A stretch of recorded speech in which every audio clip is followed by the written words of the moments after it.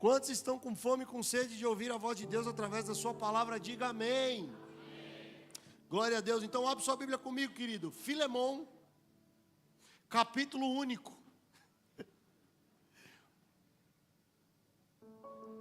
Quantos aqui já estiveram em um culto em que houve uma pregação pelo livro de Filemão? Levanta a mão, seja sincero. Olha aí. 2. Irmãos, aqui nós somos uma igreja da palavra. Teve um dia, eu disse de manhã, né? Vocês lembram quando eu falei, abre sua Bíblia comigo em Cântico dos Cânticos? Irmãos, veio um frio na espinha de tantos irmãos, disse, rapaz, será que ele vai pedir a pastora Júlia em casamento de novo hoje?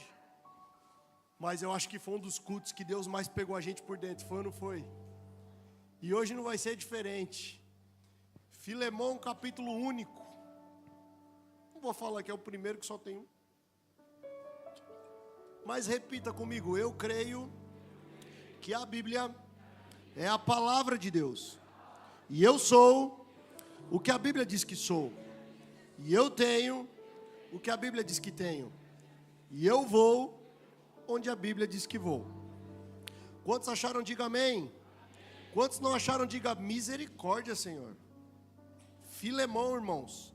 Depois de Tito, antes de Hebreus. Filemão, capítulo 1. Verso 11, diz assim a palavra do Senhor. Ele antes lhe era inútil, mas agora é útil, tanto para você quanto para mim. Mando-o de volta a você, como se fosse o meu próprio coração. Gostaria de mantê-lo comigo, para que me ajudasse em seu lugar, enquanto estou preso por causa do Evangelho. Mas eu não quis fazer nada sem a sua permissão, para que qualquer favor que você fizer seja espontâneo e não forçado. Talvez ele tenha sido separado de você por algum tempo, para que você o tivesse de volta para sempre. Pai, graças te damos pela tua palavra. Obrigado, Senhor. Nós somos teus filhos sentados à mesa, com fome e com sede, Pai. Mas nós só queremos ser nutridos pela sua palavra, que é o pão vivo que do céu desce. E a nossa sede saciada pelas águas que jorram das tuas fontes. Se ela vem para nos confrontar, nos confortar, nos exortar, nós reafirmamos o compromisso de não reter as portas do nosso coração, sobre tudo quanto o Senhor tem para nós, em nome de Jesus. Amém. Meus amados, pregar sobre Filemão e talvez até pelo tempo que nós temos de caminhada, Filemão para mim é um dos tipos de livro que a gente sabe que tem na Bíblia, mas tem pouco conhecimento do que ele relata. Mas por que eu trouxe esse texto? E qual é o contexto desse texto? Nós começamos a ler e lemos a partir do versículo 11 para ganhar um pouquinho de tempo. Mas é quando Paulo está preso e ele escreve uma carta para Filemão, para falar para ele a respeito de um homem chamado Onésimo. E quem foi Onésimo? Onésimo foi um homem que durante uma missão com Filemão, talvez no trabalho que Filemão estava desenvolvendo, foi um homem que roubou Filemão, fez mal para Filemão. E por conta desse roubo ele foi preso. Assim dizia a lei, então ele precisou ser preso porque ele cometeu um roubo. E aí, irmãos, ele vai parar na prisão. Quando ele vai para a prisão, ele chega na prisão e ele encontra com Paulo. Eu imagino esse papo assim, né? Imagino que mais ou menos seja assim. Ei, e aí, tudo bem? Qual que é teu artigo? Ah, o meu artigo é tal. E o teu? O meu é que eu estava pregando o evangelho. E aí me prenderam. Eu imagino que a cabeça desse cabra ficou meio bagunçada, dizendo, rapaz, tu não roubou, tu não matou, tu não adulterou, e você está preso porque você está pregando uma mensagem que salva. E aí eu acho que ali naquele momento, penso eu com a minha imaginação santificada, que o farol de Filemão disse, esse cara é diferente, eu vou ficar por aqui. E aí então Paulo encontra Onésimo na prisão. E aí depois que ele encontra com ele, que ele começa a falar do amor de Cristo para ele, irmãos, ele se converte. E ele se torna um homem apaixonado por Jesus. Apaixonado por Jesus. Então nós lemos esse trecho, que é quando Paulo devolve ele, chega para Filemão e fala assim: olha, eu queria que você recebesse ele como você recebesse a mim. E aí, penso eu, a dificuldade que se tem. Até dei um exemplo aqui disso de manhã, e eu acho que não seja diferente para fazer agora de noite, mas de verdade, irmãos, você imagina se vocês recebem um telefonema meu, e eu digo assim para você: Bruno, faz favor para mim, filho. Faço, pastor. Cara, tem um amigo meu aqui na cidade, eu não estou na cidade. Será que você e a Isa podem receber ele, cara? Ele precisa passar, tomar um banho, trocar de roupa, alguma coisa do tipo. E você pode fazer isso por mim? Eu imagino, penso eu, se não for assim, eu vou continuar pregando para mudar esse coração. Que eu acho que ele e a Isa vão dizer: poxa, o pastor nos fez esse pedido, então nós vamos atender a isso. Só que o Bruno não sabe quem é esse cara. E aí, quando a portaria interfona, diz assim: Bruno, fulano de tal está na portaria, ele disse que veio a mando do pastor Rafa. E esse cara foi um cara que causou um grande problema para o Bruno e para a Isa. É mais ou menos dentro desse contexto, esse texto que nós estamos falando. Porque Paulo estava tentando introduzir de volta um homem que Filemão tinha expulsado da vida dele, inclusive ele tinha sido preso porque ele tinha o roubado. Então, queridos, diante disso e diante desse texto, eu quero construir uma mensagem talvez um pouco diferente daquilo que a gente tem ouvido nos púlpitos da igreja desses dias. Projeta o tema para mim, filho. Segunda chance. Há uma mesa que me dá novas oportunidades. Então, como de costume, eu sei que você ama fazer isso. Vira para o irmão que está do seu lado e fala para ele: será que não é melhor a gente ir embora agora? Porque pelo tema vai ficar estreito para nós. Segunda chance. Há uma mesa que me dá novas oportunidades. Por que eu digo isso? Queridos, pasmem vocês. Vocês sabem que todos os nomes na Bíblia determinam a missão de Deus para a vida daquela pessoa. Lembra quando Jacó luta com o anjo e o Senhor vai e diz: a partir de hoje não chamarás mais Jacó, mas chamarás Israel. Vocês lembram quando Daniel e seus amigos são perseguidos por Nabucodonosor? A primeira coisa que ele faz é trocar o nome deles e chama-os de Sadraque, Mesaque e Abednego. Então, quando você vê um nome na Bíblia, não passe despercebido, vai entender o que acontece. Onésimo significa proveitoso e útil. Irmãos, a gente começa a ter aqui talvez uma primeira lição. Um homem que tinha o encargo de ser alguém proveitoso e útil, tinha sido colocado no lugar de inutilidade por um erro que ele cometeu. Tinha sido colocado num lugar de inutilidade por um erro que ele cometeu. Mas a missão da vida dele estava carregada no nome dele, que ele era um homem valioso. Agora, dentro desse capítulo e dentro desses personagens que eu estou falando para você, nós temos a figura de Filemão, nós temos a figura de Onésimo, mas nós temos a figura de Paulo. A razão que Paulo estava preso é porque ele estava pregando o evangelho. Então, quando esse homem chega na cadeia, que encontra Paulo, ele se apaixona pelo Jesus que Paulo está pregando. E aí eu aprendo uma primeira lição com tudo isso.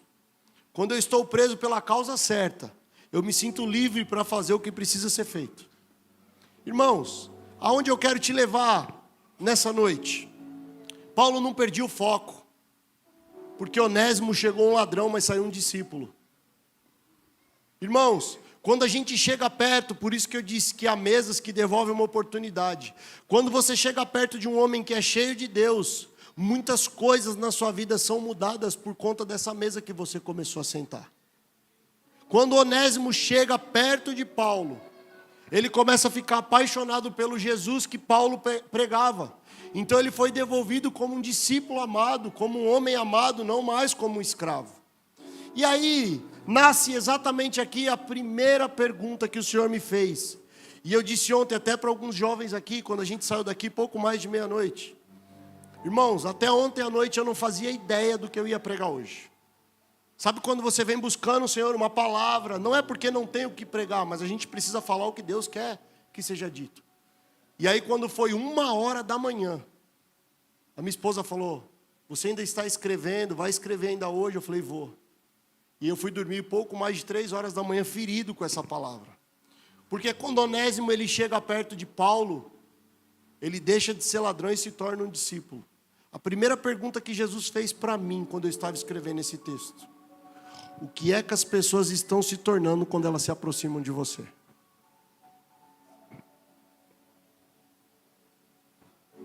O que é que as pessoas estão se tornando quando elas se aproximam de você? Pensa comigo. O ambiente ele não pode mudar a sua missão. Uma das coisas que nós temos orado nesses dias, e eu falei um pouco disso de manhã, talvez, irmãos, nós precisamos ter um tempo de ajuste na igreja desses dias e compreender que você não pode mais servir a Deus na alma, você só tem que servir a Deus no espírito.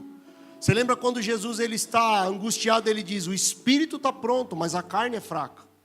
Mas nós viemos de uma espiritualidade absolutamente sensorial, em que o termômetro do culto é se eu sentir arrepio, em que se eu sentir a presença de Deus é porque eu chorei. Então a gente sempre tem indicativos ou indicadores sensoriais para definir se o culto foi bom ou se o culto não foi bom. Porque nós aprendemos a desenvolver uma espiritualidade a partir da nossa alma e não a partir da convicção do Espírito. E o Senhor está mudando isso, e quando Ele traz a vida de Paulo, Ele começa a nos mostrar exatamente isso. Paulo era um homem convicto no Espírito. Os ambientes não mudavam Paulo. Todas as vezes que você vê Paulo numa prisão, ele cumpriu uma missão. Quando ele foi preso junto com Silas por conta do demônio que ele expulsou da menina em Atos capítulo 16, vocês sabem que ele prega o evangelho para o carcereiro, e o carcereiro começa a igreja em Filipos, que escreve a carta aos filipenses. Aqui, quando ele está na prisão, chega um homem que era um ladrão. Aqui chega um homem que era um ladrão, e aí esse homem encontra o Jesus que ele está pregando, então ele se torna um discípulo. Por quê? Porque Paulo não era um homem que ele dependia dos ambientes. Uma das coisas que eu tenho orado esses dias, e eu creio que o Senhor vai fazer, irmãos, nós não podemos deixar que as guerras que nós temos do lado de fora paralisem as nossas convicções do lado de dentro. Nós não podemos deixar. Então, se você é daquele tipo de gente que quando Deus faz o que você quer, Deus tem tudo de você, e quando Deus cerra os lábios e não fala com você, você se esfria na fé. Eu tenho um recado para te dizer: você conheceu o Evangelho na sua alma, você ainda não teve uma impressão do Evangelho no teu espírito. Porque, irmãos, o Evangelho é faca na caveira, irmãos. É faca na bota, irmãos.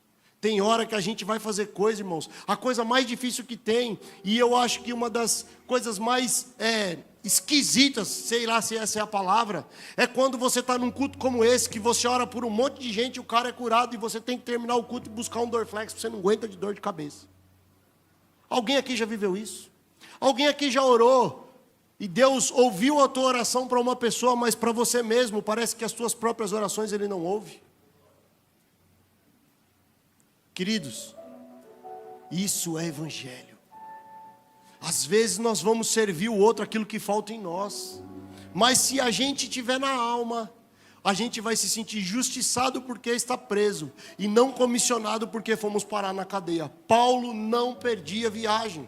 Nós precisamos compreender, irmãos, porque o Senhor está levantando um tipo de povo que não vai mais ser paralisado, Rafa, pelas guerras que nós temos do lado de fora, em detrimento das convicções que nós temos do lado de dentro. Como eu disse ali, nós não temos nada, mas nós temos uma palavra.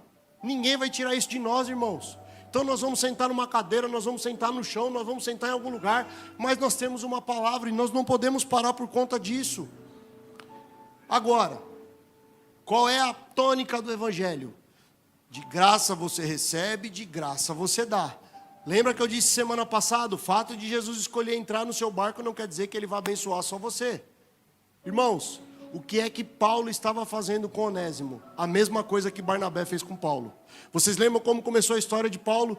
Paulo era Saulo, um homem que perseguia cristão. E aí um dia ele encontra com Jesus no caminho de Damasco. Jesus abre os olhos dele e disse: Paulo, Saulo, eu sou aquele que você persegue. E aí, irmãos, ele vai ser introduzido na igreja apaixonado por esse Jesus.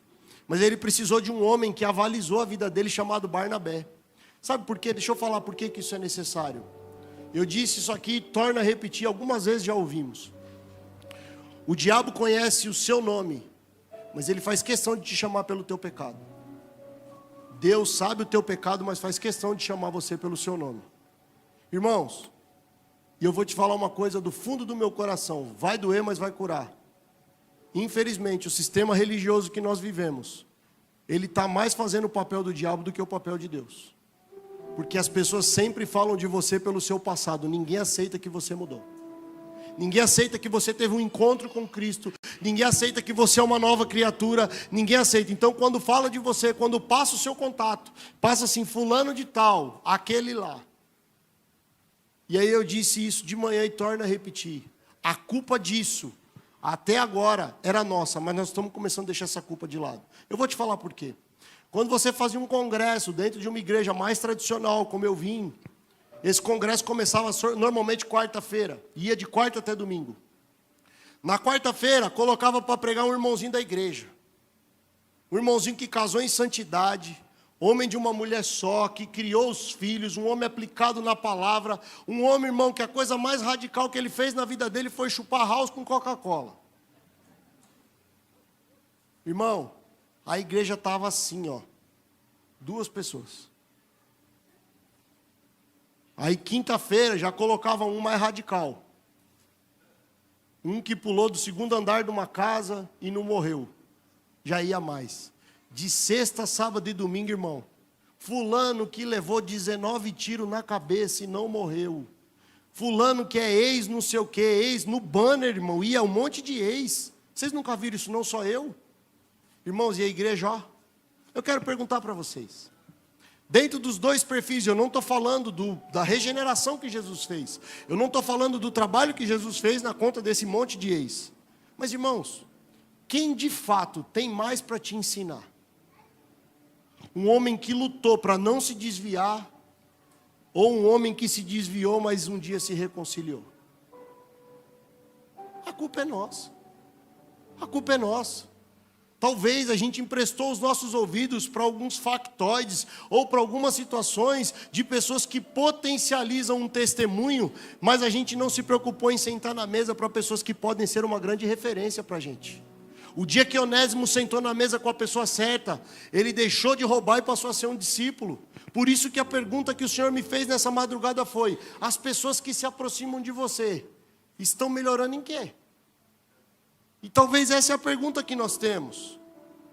Paulo fez aquilo que um dia ele recebeu, porque ele perseguiu cristãos até o dia que os olhos dele foram abertos. E quando os olhos dele foram abertos, ele parou de perseguir e começou a promover o evangelho. E toda a derrocada da vida de Paulo, todas as prisões que ele teve, a maneira que ele morreu, foi porque ele passou a promover uma mensagem que mudou a vida dele. Agora, no versículo 15, nós lemos, e eu quero trabalhar um pouco isso com vocês nessa noite. Talvez ele tenha sido separado de você por algum tempo, para que você o tivesse de volta para sempre. Irmãos, talvez uma das grandes coisas que tem complicado um pouco o nosso desenvolvimento como pessoa, é o imediatismo que a gente espera da fé. E eu quero dizer uma coisa para você. Não se precipite em ter uma coisa inacabada. Espere o perfeito de Deus quando Ele te entregar. Porque Ele foi retirado por um tempo, mas depois Ele foi devolvido para sempre. Então talvez o grande comunicado que nós temos, e eu disse isso de manhã, vocês lembram quando Moisés ele chega diante do Mar Vermelho, e aí o povo, o exército de Faraó está perseguindo ele, e aí o Senhor fala assim para ele: Moisés, fica tranquilo, porque o inimigo que você vê hoje, você nunca mais vai ver. Irmãos, nunca troque um para sempre por um por enquanto. Espere o para sempre de Deus. E não viva por um por enquanto de coisas que ainda não está terminada. Espera no Senhor. Confia no Senhor. Eu sei que esperar é difícil, mas é melhor que Ele te entregue perfeito. Porque Ele disse, Ele foi separado de você por um tempo.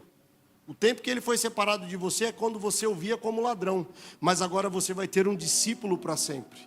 Então talvez seja isso que o Senhor está comunicando para nós, para que a gente tenha uma compreensão maior de coisas eternas. O pastor Tiago, quando foi ministrar a oferta de manhã, ele falou: irmãos, nós não estamos aqui dizendo para você que você está aplicando o seu dinheiro num fundo de renda fixa, de renda variável, mas irmãos, tudo que você está fazendo, você está aplicando num fundo de renda eterna. O Senhor sabe, Ele contabiliza cada coisa que você faz para Ele na casa dEle. Então eu quero deixar aqui para você alguns conselhos, e eu quero ser bem prático. Vocês estão comigo? Diga amém. Nunca tomem decisões permanentes para situações temporárias na sua vida. Talvez uma das coisas que mais complicou a vida de pessoas é que ele foi e tomou uma decisão permanente por uma situação temporária. Irmãos, não faça de um estágio da sua vida um estado permanente. Talvez é uma fase que você está passando, e talvez nessa fase você está correndo o risco de tomar decisões que vão definir a sua vida e talvez vão impactar a sua vida para sempre. Nunca tome uma decisão para sempre em situações temporárias.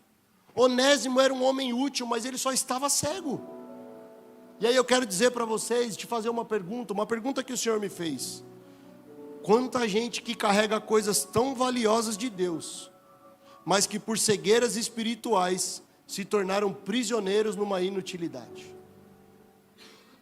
Irmãos, não é possível que só eu conheça um punhado de gente que dá vontade de pegar a cabeça dele e falar: olha o que você carrega, sai dessa religiosidade, sai desse lugar, para de ficar tão aprisionado a um sistema, entenda, sai dessa gaiola. Irmãos, e esse é o grande problema.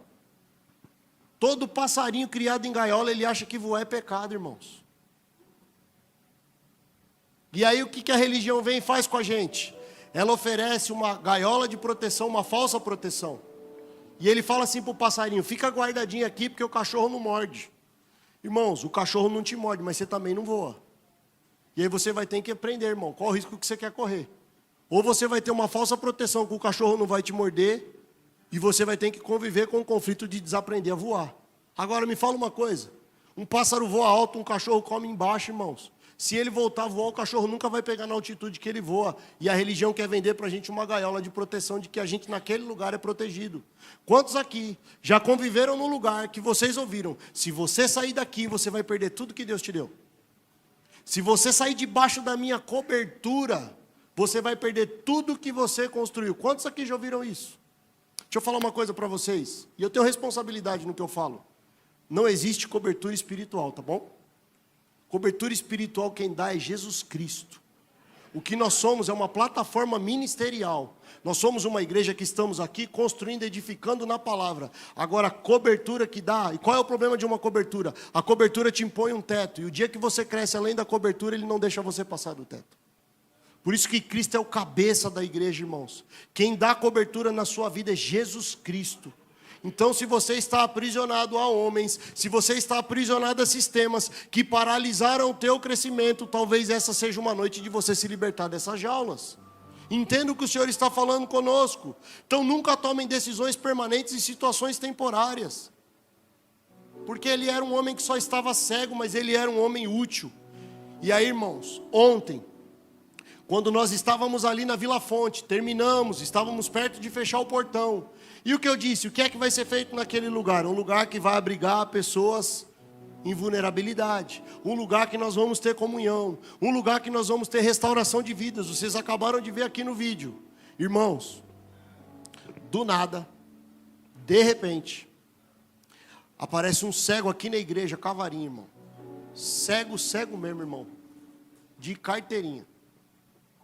E ele disse assim: eu quero falar com o pastor. E eu acho que ele está até assistindo. Deus te abençoe se estiver. E aí os meninos disseram: o pastor está do outro lado da rua. E ele foi com a varinha e falou: pastor Rafael? Eu disse: pois não. Aí ele contou a história dele. Irmãos, eu estou desde ontem dormindo no barulho desse cego. E eu vou dizer para vocês, é assim que Deus fala comigo, irmãos. E eu acho que se eu tivesse olhado ele depois que ele saiu um pouquinho de perto da gente, talvez ele tivesse sido transladado tipo Enoque, irmãos. Eu acho que era o próprio Deus que levou esse camarada lá ontem. Deixa eu contar para vocês quem era esse homem. Ele me abordou a Júlia, e disse assim: aliás, mamãe, eu estou falando de cego, mas eu estou te vendo agora, eu estou cego de amor por você. Você está linda. Se ele não viu, eu te vejo. Te amo. Mas irmãos, presta atenção. O que acontece? Era um homem culto. Presta atenção, irmãos. Vocês estão numa igreja evangélica. Era um homem culto. Um homem que trabalhou em empresa multinacional, que falava muito bem.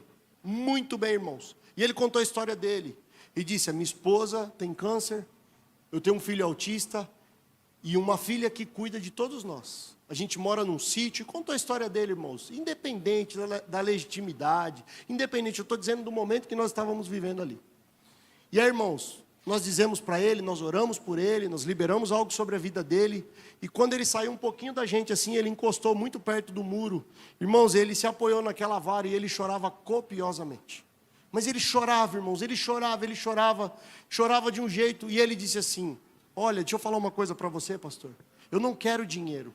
Eu quero que você me dê um trabalho para me devolver dignidade. Irmãos, na porta da Vila Fonte, esse homem me pedindo dignidade. E o que eu falei do mercadinho solidário?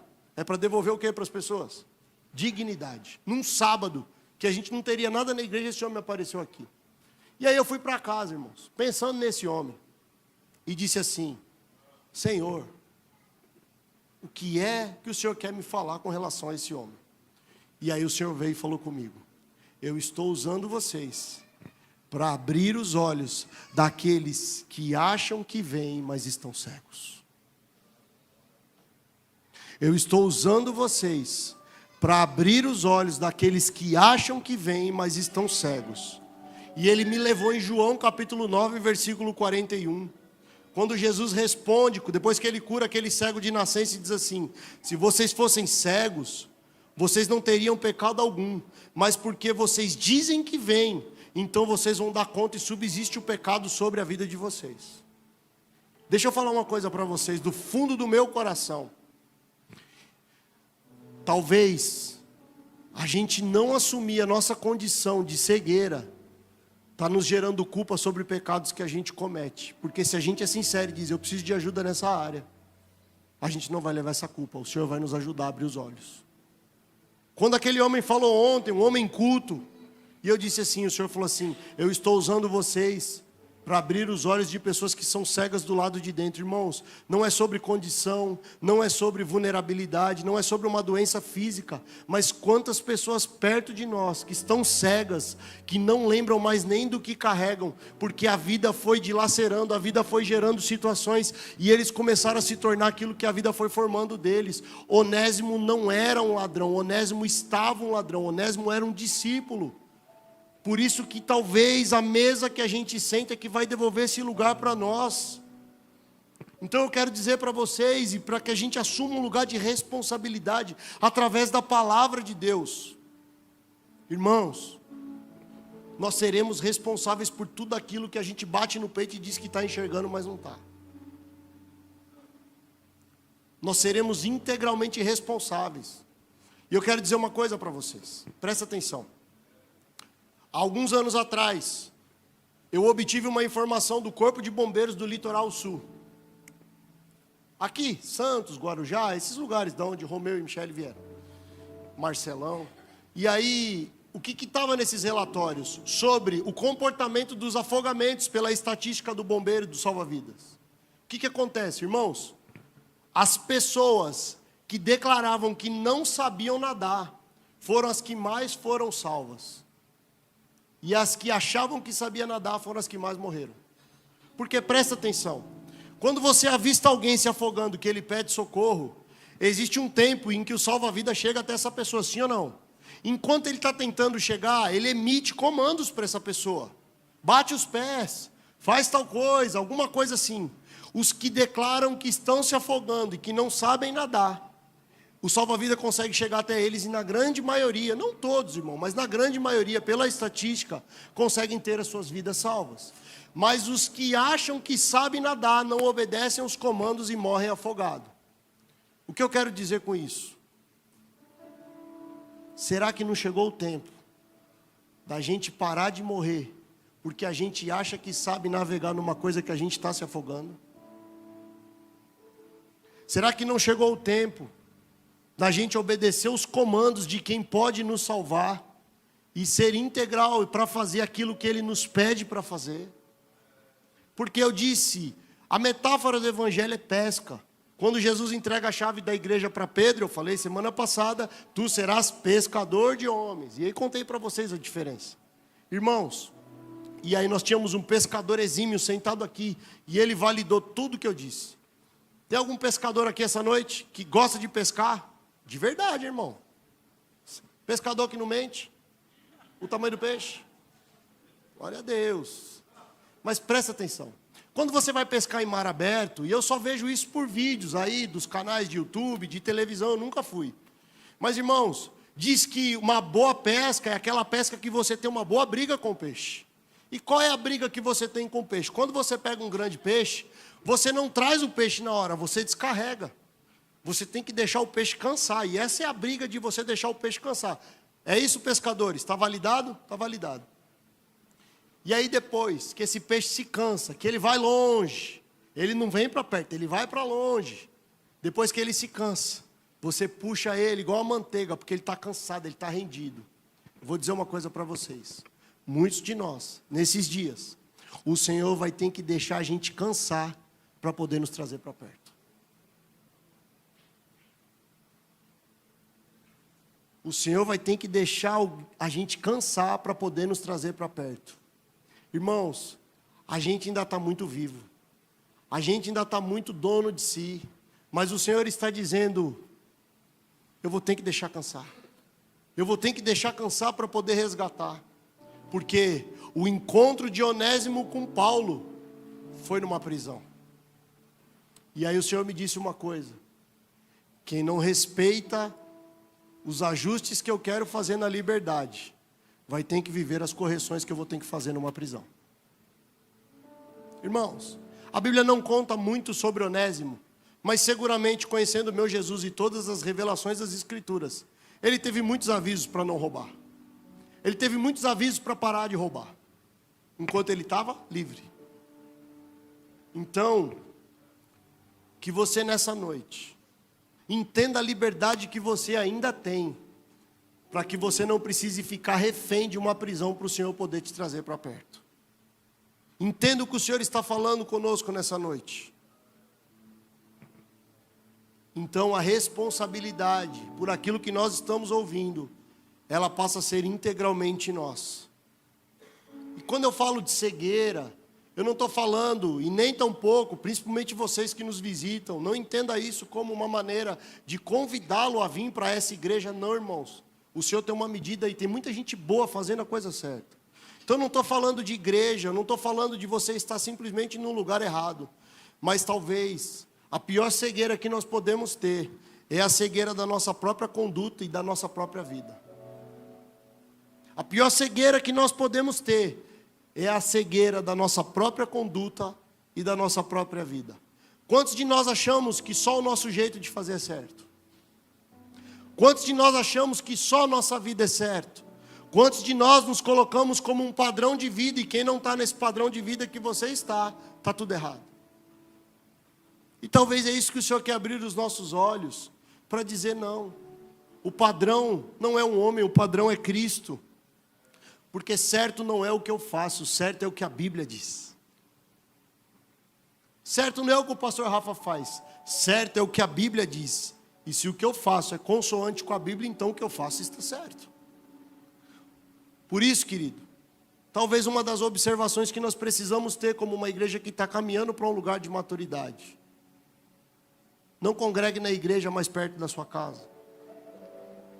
Congregue na igreja mais perto da Bíblia, ainda que ela seja longe da sua casa. Porque no final das contas, o que você vai se tornar é por aquilo que você se alimentou. E não pelos poucos passos que você deu para chegar num lugar que não pregava a palavra de Deus. Por isso que eu quero dizer para vocês, com muito temor e responsabilidade, se você estiver num culto que nos primeiros 30 minutos não falar de Cristo, levanta, pega a sua bolsa e vai embora.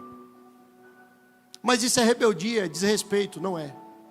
Se você foi para ouvir a mensagem do Evangelho, Em 30 minutos, se você está numa igreja que o pastor conta tudo da vida dele, das conquistas dele, das coisas que ele faz, de quem ele é, e ele se coloca como ídolo no centro das coisas, levanta e vai embora, irmãos. Porque você vai ser nutrido pelo egocentrismo desse homem.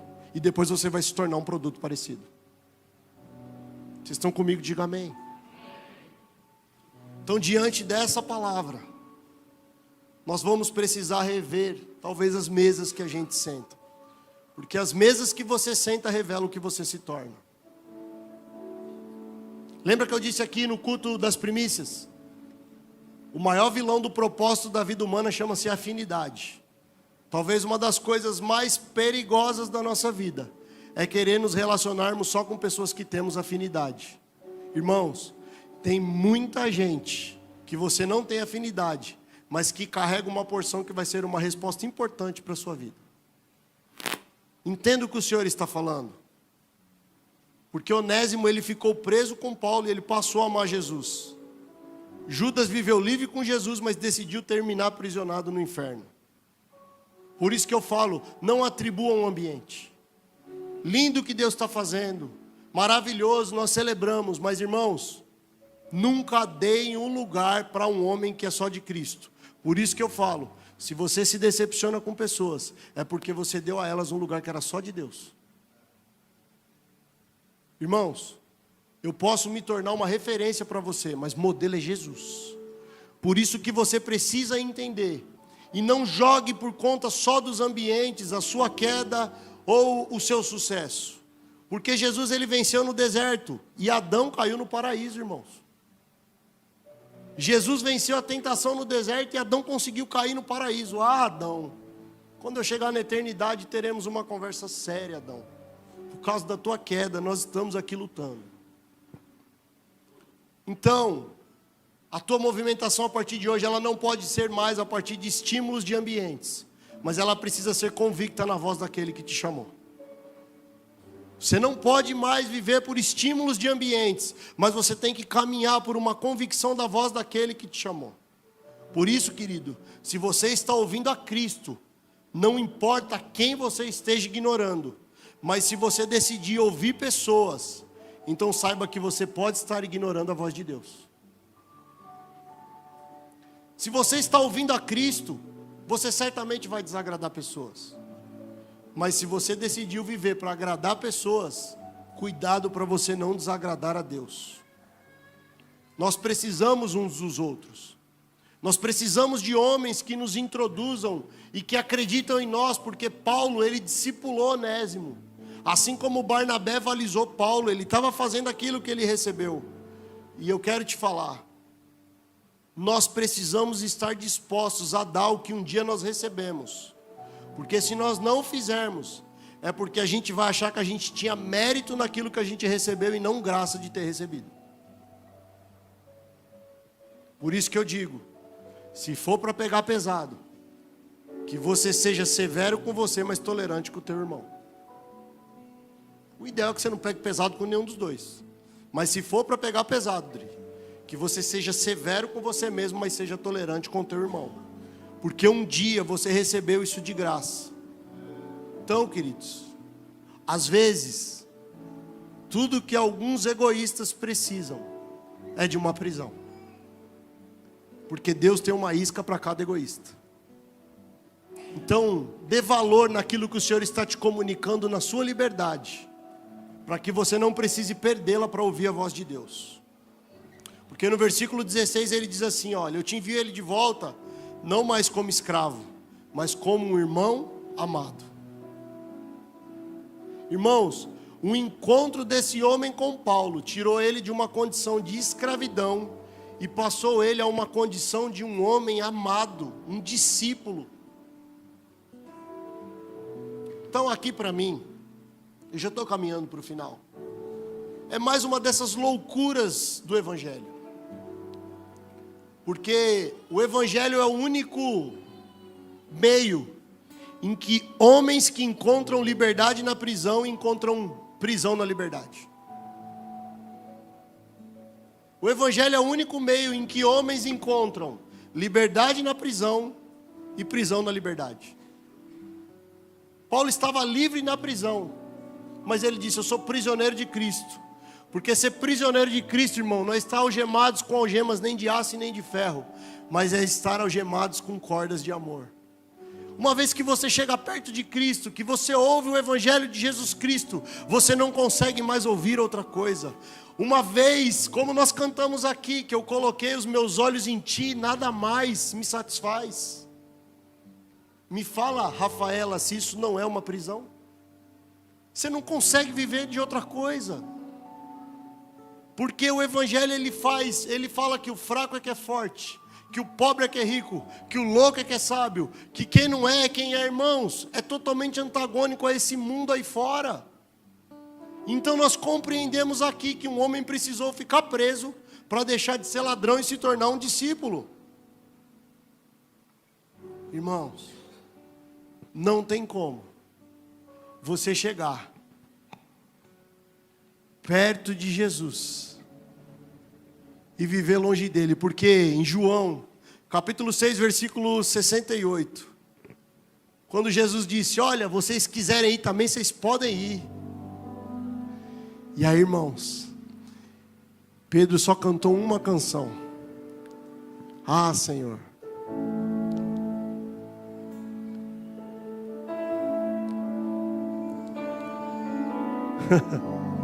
como um selo em meu coração, Tu és meu tesouro.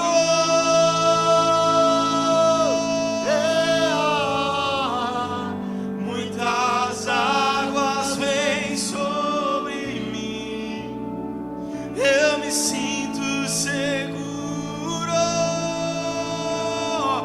Pra onde?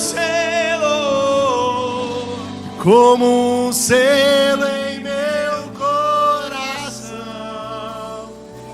Tu és meu tesouro.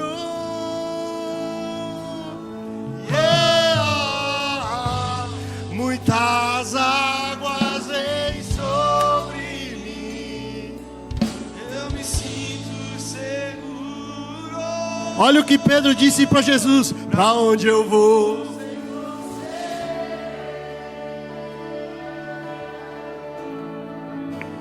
Não sobra nada sem Teu grande amor. Tu sabes tudo que eu não sei. Oh, E o que eu preciso é estar contigo. Pra onde eu vou sem você?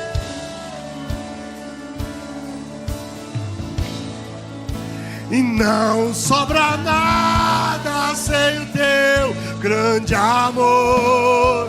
Tu sabes tudo que eu não sei.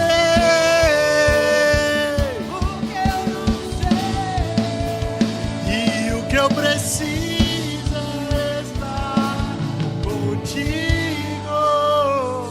E onde eu vou, eu te levo comigo. Para onde nós iremos, Senhor, se só Tu tens palavra de vida eterna, Pai? te levo.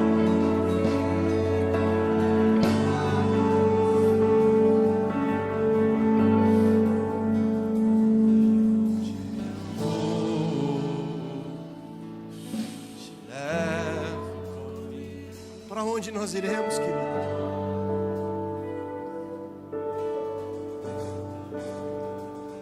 E onde eu vou, eu te levo. Eu imagino que essa foi a canção que Onésimo cantava diante de Filemão quando ele aceitou ele de volta.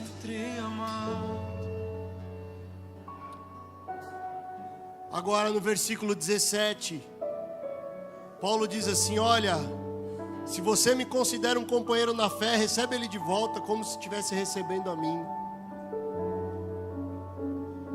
Irmãos, depois você vai ver o que Paulo fez por Filemão.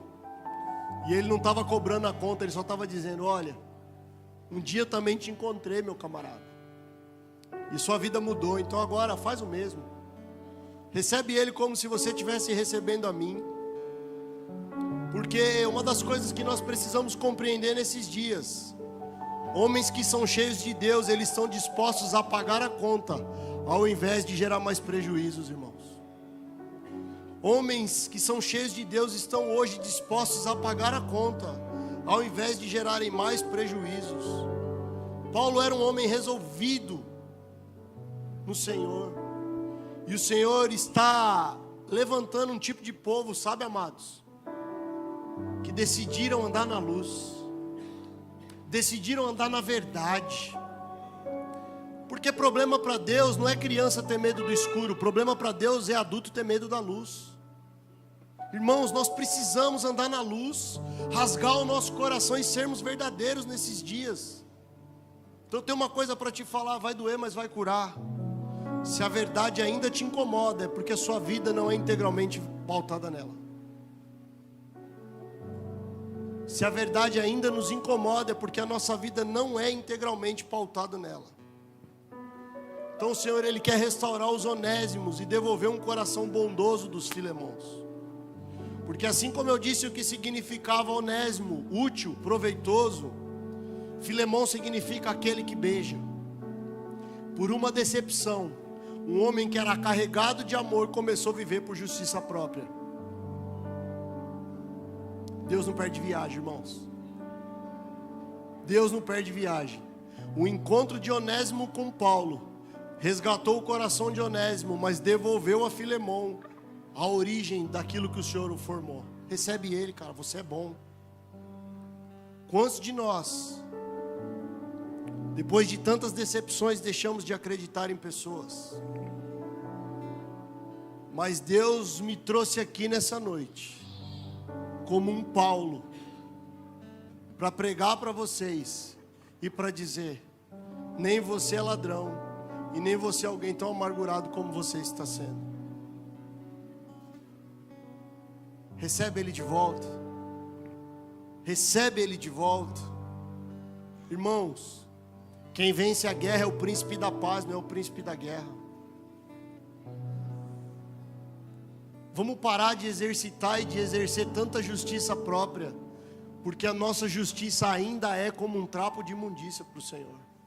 Para de querer destruir tudo que você não concorda. O religioso já faz esse papel muito bem, porque ele tenta destruir tudo aquilo que ele não controla. Não queira destruir Babilônia, irmão, porque Daniel está lá dentro. É sobre o maior amor. Não queira, irmãos, destruir o Egito, porque José está lá dentro. O mundo, Jesus entregando sua vida por nós. Celebrar, irmão. Celebra, irmão. Celebra, irmão. Celebra. Não queira, irmãos, porque ao invés da gente querer destruir tudo, a gente não passa a orar por isso que a gente quer destruir. Porque Deus ainda está à procura de Paulos que Ele pode levantar, dispostos a restaurar Onésimos e Filemons. Então eu quero terminar aqui dizendo uma coisa para vocês, e nós já vamos partir para a ceia.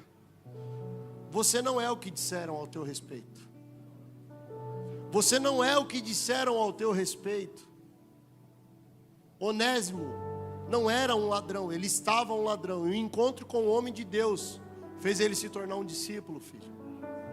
Você não é o que disseram ao teu respeito. O teu fim não precisa ser as sentenças que proferiram ao teu respeito. Mas talvez você esteja aqui hoje com o coração igual de Filemão, querendo prender e exercer juízo. Alguém que um dia te roubou, te gerou prejuízo. Talvez hoje você esteja aqui com um coração igual de Onésimo, que por um erro do passado, que você terrivelmente passou, ninguém acredita que você teve um encontro com Deus e que a sua vida foi verdadeiramente transformada. Mas diante desses dois cenários, o Senhor ainda levanta os Paulos, que pregam o Evangelho e que restauram Onésimos e Filemons.